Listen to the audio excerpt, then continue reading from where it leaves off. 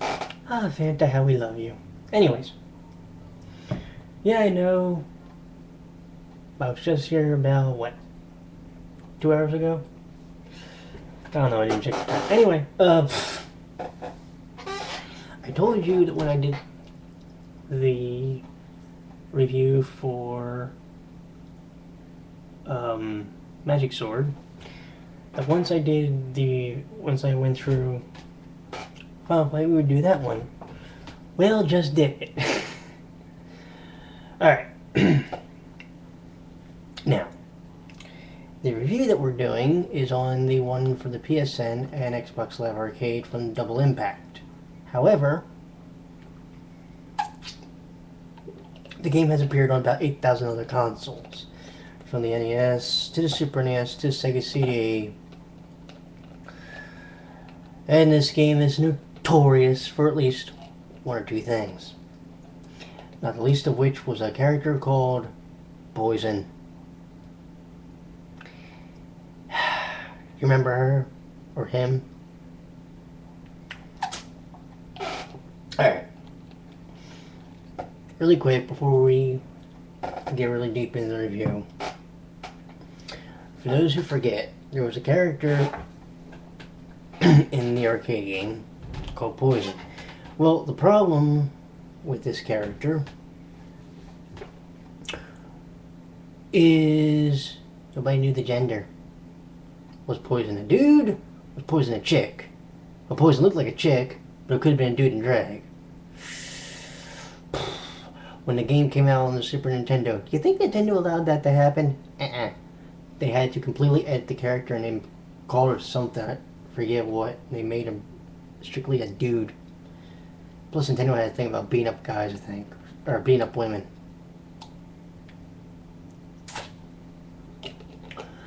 The game must have really liked wrestling too, because Mike Hager was a mayor who was an ex-professional wrestler. And there was at least one character in the game. There's a series of characters in the game called Andorra, which you could take as Andre the Giant, because these things were massive.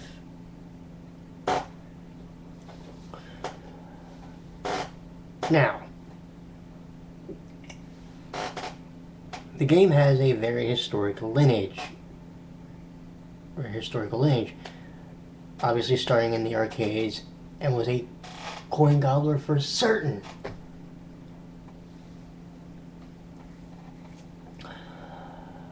And of course it was also on the Super NES, which was the first way I played it.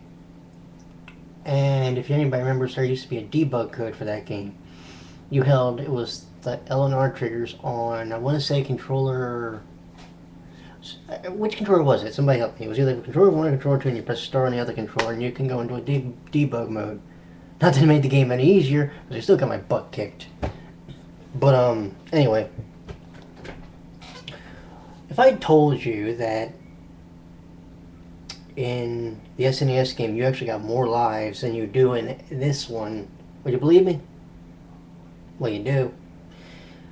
In the NES game, you at least started with 3 lives. Granted, they gave you, I think it was like 2 or 3, it was like 2 continues. You had to go through the whole game on 2 continues. But you had at least 3 lives, so you had,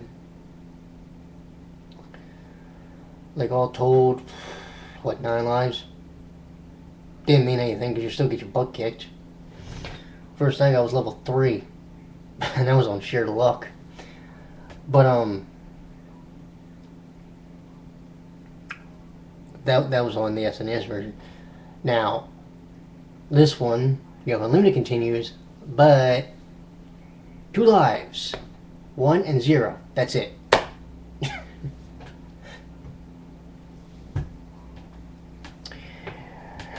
Now, I didn't mention this in the Magic Sword review, but in the Double Impact, one thing they require you to be is online. Kind of sucks.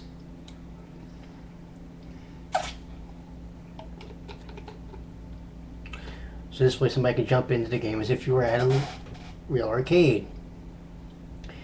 The only problem with this is now you're relying on their internet connection. And I've actually played with people who were complete dunces. I played with one dude, not this time when I actually beat the game, but one other time when I was trying to play the game. Dude was playing with Mike Hager. And instead of actually going after the enemies, was going after me deliberately. I bullshit you not. This is a problem because one of the trophies is actually called Final Fighters, where you and your partner rather, have to complete the game on all levels. Now, I don't know if it counts from when the person starts to the end, or if they have to start from level 1 on.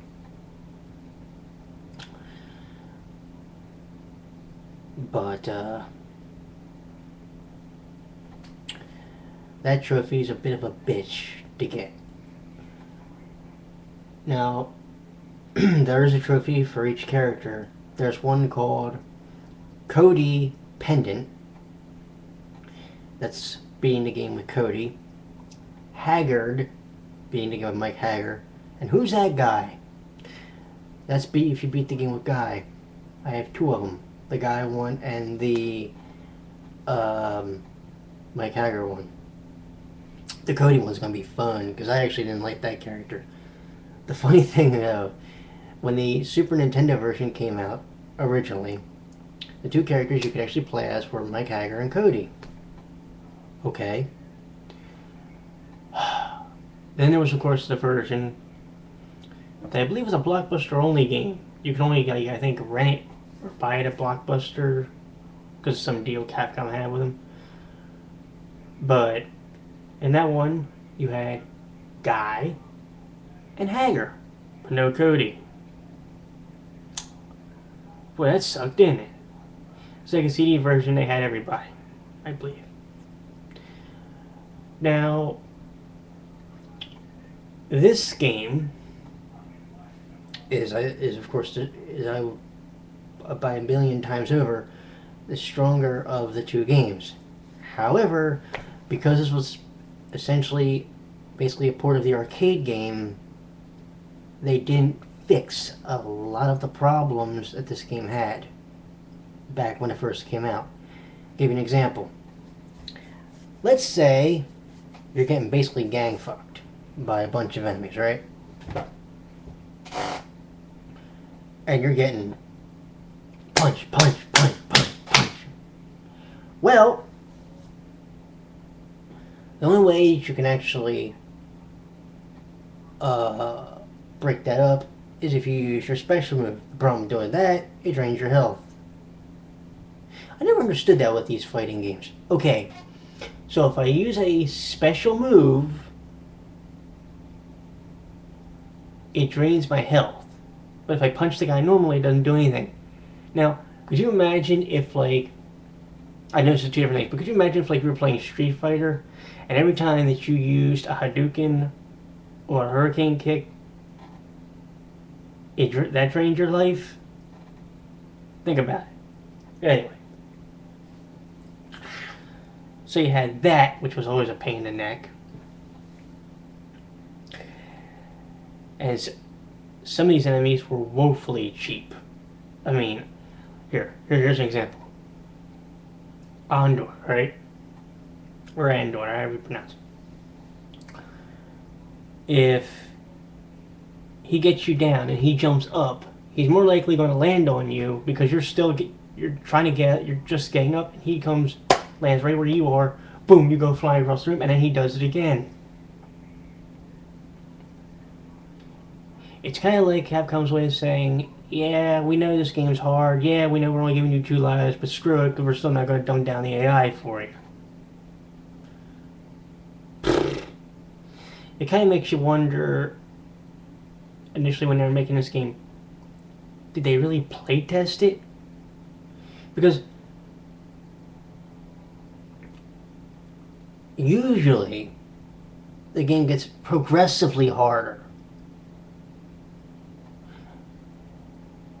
You could be on level 2 And if you were playing the SNES version, you're done because you may get lucky and you get to the boss, who by the way was the second boss, which is called Sodom.